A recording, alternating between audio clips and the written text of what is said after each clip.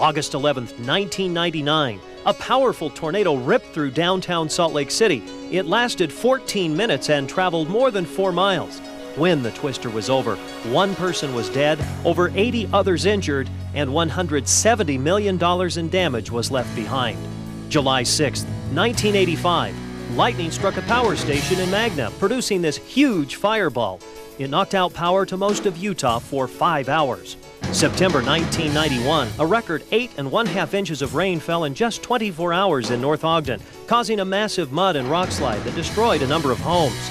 Others were filled with rocks and mud. Mid-December 1990, a severe 3-day winter storm contributed to a major traffic accident in northeast Utah, killing 7. February 12, 1992, a massive avalanche similar to this one killed 4 people in the Gold Basin area of southeastern Utah. Ironically, all were avalanche experts. All of these weather events happened right here in Utah. Hello, I'm meteorologist Dan Pope, and I love to forecast the weather. We have many different kinds of weather, like tornadoes here in Utah, and I have fun predicting it. You can also enjoy Utah's weather if you're careful. Today we've teamed up with officials like meteorologist Bill Alder from the National Weather Service and the U.S. Forest Service to talk about Utah's severe weather and to give you survival tips that could save your life. The United States has more tornadoes than anywhere else in the world. Tornadoes can be extremely destructive. In the Midwest, they can pack winds of over 300 miles per hour. They can be more than a mile wide, and they can kill a lot of people. Fortunately, Utah only experiences about 2 tornadoes each year, and these are usually very small, often no more than 60 feet wide at the base, with a path of less than a mile and a lifespan of only a few seconds to a few minutes. However, once every 7 years, a strong F2 or stronger tornado, packing winds of 113 to 157 miles per hour or higher, touches down somewhere in Utah, and occasionally does considerable damage, like the one that hit Salt Lake City on August 11th, 1999. Hey! Take cover! The Salt Lake tornado of August 11th, 1999 was the most destructive tornado in Utah history, and it awakened the entire state's population to the fact that Utah does experience tornadoes. This deadly tornado lasted 14 minutes and traveled in a northeasterly direction for more than 4 miles. It killed 1 person, injured more than 80 people, damaged 300 homes and buildings, including the Delta Center, Wyndham Hotel, and the LDS Assembly Hall, and destroyed 500 trees and also a portion of Memory Grove. When it was over, it had caused $170 million in damage to Salt Lake City. Since 1950, Utah has experienced over 9 dozen tornadoes and nearly 2 dozen waterspouts. But while tornadoes have injured or killed people in Utah, waterspouts have not. Perhaps the reason is because waterspouts, which are really tornadoes over water, are usually not as strong as tornadoes, and they don't happen as often as tornadoes. However, waterspouts can damage, overturn, or sink boats, and they have been photographed over the Great Salt Lake, Utah Lake, and Bear Lake. So what should you do if you ever see a funnel cloud approaching the ground, or hear on radio or TV that the National Weather Service has issued a tornado watch or warning for your area? First, basements are the safest place in a house. Second, if you can't get into a basement, then find a sturdy portion of a building. Small rooms like bathrooms are good. Lay down in the bathtub or hold on to the toilet. Also, stay away from windows because of broken glass or flying debris. Third, do not seek shelter in a car or mobile home. Find a viaduct or an overpass to stand or park under. If nothing else, find a ditch or flat area and lay down. For complete information on Utah's tornadoes and waterspouts, please go to our website at www.forutah.com. Lightning, Utah's #1 weather-related killer. To tell us more about lightning, here's News 4 Utah climatologist Clayton Bruff. Thanks, Dan. Lightning is spectacular, and it can be a lot of fun to watch. Unfortunately, it can also kill. In fact, way back in 1918, lightning killed 654 sheep in Mill Canyon Peak in American Fork Canyon. And in 1939, lightning killed 835 sheep on the top of Pine Canyon in Box Elder County. And since 1950, lightning has killed an average of 1 person and injured 2 others every year in Utah.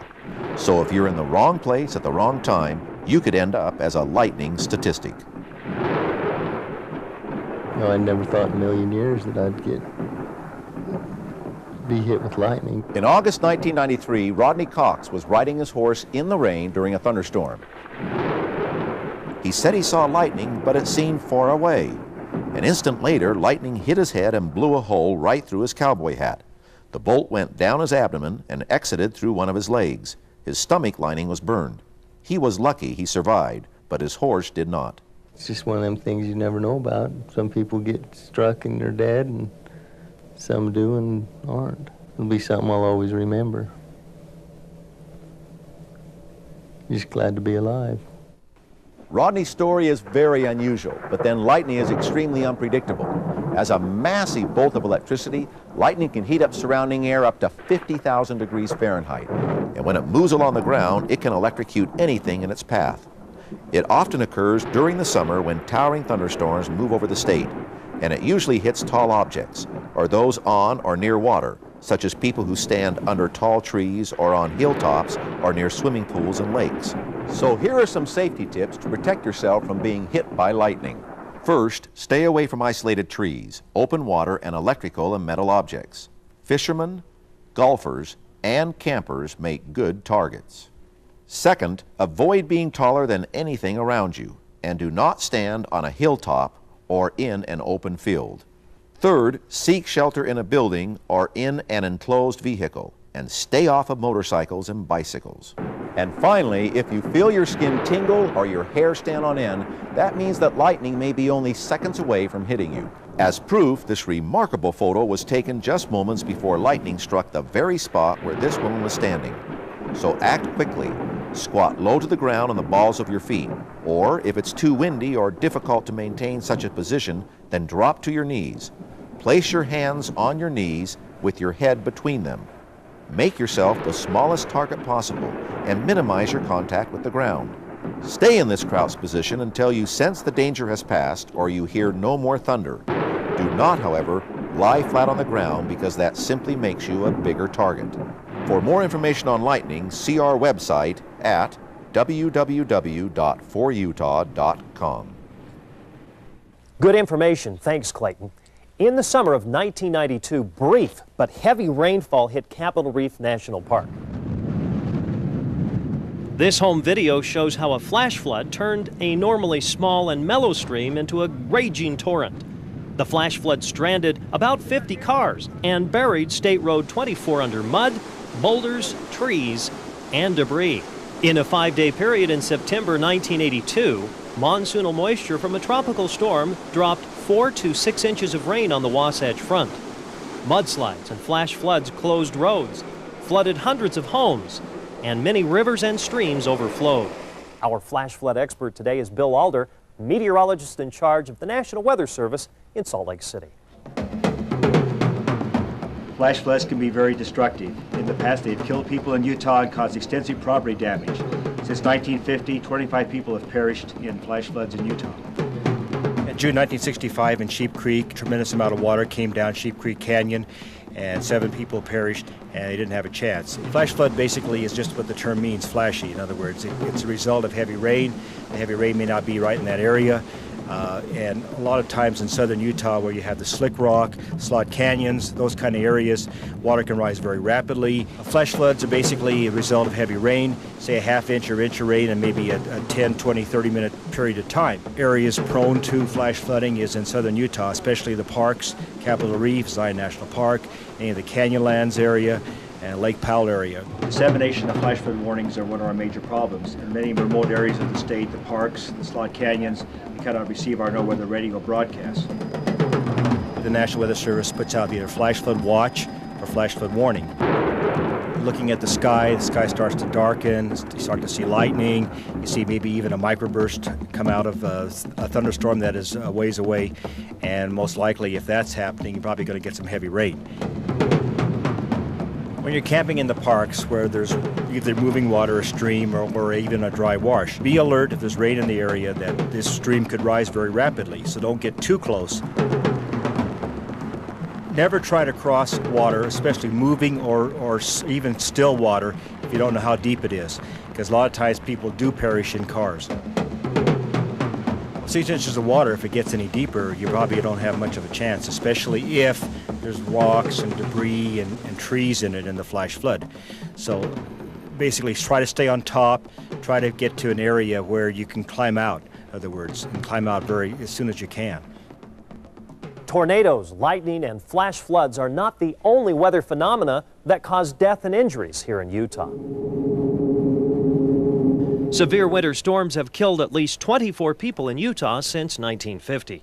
News 4 Utah meteorologist Curtis Gertz has the facts and safety tips on this weather killer. Winter storms can be very dangerous and they have to be taken seriously.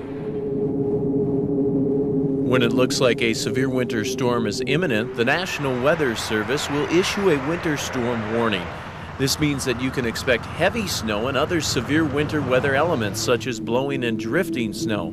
These can reduce visibility and cause roads to become slippery, blocked, or impassable. When strong winter storms are forecast, be prepared because you never know what can happen. First of all, make sure your vehicle is in good shape, something that won't let you down in the middle of nowhere. Try to keep a full tank of gas. This can be tough if you're on a tight budget, but it's very important. If you run out of gas during a winter storm, how will you stay warm without your car's heater? Think about it. If a winter storm is forecast and you must travel, try to do so during the day and make sure you share your travel plans with someone. Also, have a winter survival kit in your car. This should include a shovel, jumper cables, a candle and metal can to melt snow for drinking water, energy bars, and some extra clothing or a sleeping bag. If a winter storm strands you in your car, there are a few things you can do to increase your chances of survival. Stay with your car until the storm is over. It is very easy to get lost just a few yards from your car if blizzard conditions develop.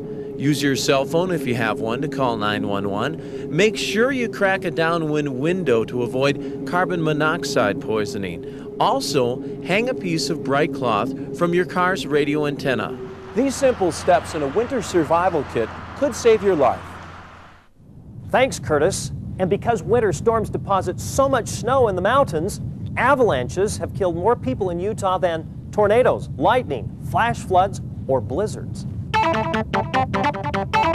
In 1986, two teenage backcountry snowboarders triggered an avalanche up Big Cottonwood Canyon near Guardsman Pass. It killed one and injured the other. Down under us just started moving. It's right where we were, like an escalator. It just starts rolling, and it got faster and faster so quickly, and there's nothing you can do.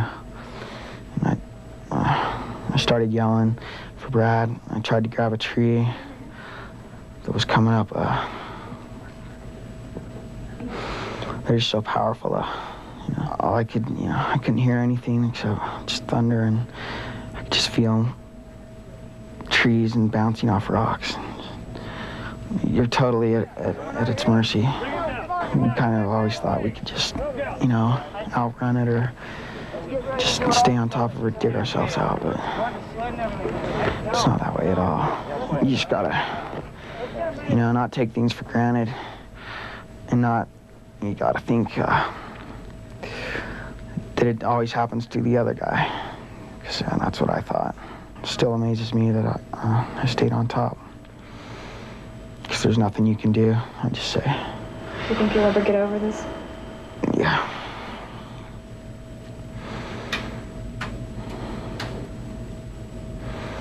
It'll take a while, though. That happened in the backcountry, out of bounds from the regular ski area. Now, to keep the ski areas safe, experts at the ski resorts trigger avalanches with explosives each morning after a big snowfall, before the skiers show up. Now, sometimes runs are delayed in opening because the snow is just too unsettled, and extra work is required to make them safe for skiers. But it's in the backcountry, out of bounds, that you have to be very careful, because out there, there's no control, zero. You have to be the avalanche expert, because there's no one else. Avalanches usually occur when heavy snowfall accumulates on an unstable or slick snowpack. and usually on a slope between 35 and 40 degrees. Deep powder is pretty, it's definitely fun, but please remember, in the outback, it can kill. You know, he said bag the avalanche, basically. I'm going to do it, you know, because it's an excellent face. It's steep, a lot of powder. It's excellent, but, you know, you have to have common sense. Since 1950, there has been a steady increase in the number of avalanche deaths. This is probably a result of more skiing, snowboarding, and snowmobiling in the backcountry. Tom Kimbrough is an avalanche expert with the U.S. Forest Service. He knows Utah's backcountry like the back of his hand, and he has some advice that could save your life. 95% of the victims trigger the avalanche themselves. This means that through avalanche education and awareness, most of these accidents can be prevented. The best way to survive avalanches is to stay out of them in the first place. If you are caught in an avalanche, however, there may be a few things you can do. Your first job is to try to get out of the moving snow. You may be able to get off to one side, you may be able to grab a tree or a rock. If you are carried down in the moving snow, try to swim. If you can stay high in the moving debris, your chances of survival will be better. As the avalanche comes to a stop, try to get a hand to the surface. If you can, try to clear snow away from your face. Once the avalanche stops, you may not be able to move, and your survival will depend entirely on the people that are with you. Avalanche debris is not light and fluffy. It often sets up nearly as hard as cement when the avalanche stops. If a victim is buried more than a few feet beneath the surface of the snow, the weight of the debris may compress their chest, forcing the air out of their lungs. It's then impossible to expand their lungs, and they may not be able to breathe at all. If your partner is caught in a backcountry avalanche, outside help will not arrive in time to do the victim any good. You need to be prepared to perform your own avalanche rescue. Try to remember where the victim was last seen. Look for clues on the snow like hats, gloves, ski poles. If you travel in avalanche terrain in the backcountry, be prepared with an avalanche beacon and a rescue shovel. The beacon sends a signal that can be picked up by another receiver. This enables a rescuer to find a buried victim quickly, provided the techniques have been sufficiently practiced. The shovel is then necessary to dig rapidly enough through the hardened avalanche debris to have a chance of reaching the victim in time to save his life. Avalanches often travel extremely rapidly. Even the slowest ones move perhaps 40 miles an hour, and the fastest ones may be over 100 miles an hour. This means that avalanche victims are often killed by trauma from hitting rocks and trees in the path of the avalanche, even before it stops. We recommend that people take a 1 to 3 day avalanche education course that actually gets them out onto the snow so that they can learn terrain and snowpack features that contribute to avalanche activity. The avalanche advisory issued each day during the winter provides up-to-date avalanche information on current conditions.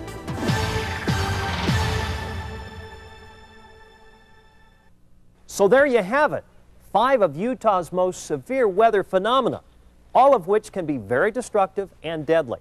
So how do you know when these weather conditions are going to occur? The National Weather Service is in the business of issuing watches and warnings. When the weather gets rough, they send out advisories to local radio and television stations for immediate broadcast. When the National Weather Service issues a watch for a particular weather event, it means that severe weather is possible. A warning means that severe weather is already occurring or will begin soon. If you hear that a warning is in effect, you need to take immediate action to protect your life and property. For more information on National Weather Service watches and warnings, the latest national weather forecast for your area, as well as facts and figures about Utah's weather and climate, please go to our website at www.forutah.com. Finally, let's quickly review our survival rules. Tornadoes. Go to the basement or a bathroom. Don't seek shelter in a mobile home or car. If you're caught in the open, find a low spot and lay down. Lightning. Stay away from isolated trees and open water. Don't stand on a hilltop or open field. Get into a building or a car. Flash floods. In threatening weather, avoid low-lying spots. Don't cross high-flowing water. If your vehicle stalls, abandon it immediately. Winter storms. Winterize your vehicle and stock it with essentials and a full tank of gas. Avalanches. If you're caught in one, try to swim to the top. Get rid of your poles, skis, and snowboard. When you come to a stop, thrust your hand upward. If your buddy is caught in one, don't go for help. You are the help. You know, it's the variety of weather and terrain in Utah that make it such a great place to live and play. But you wait 5 minutes or drive 5 miles and the weather is sure to change. Now, we don't want you to be scared. We just want you to be prepared. So go out there and have a good time.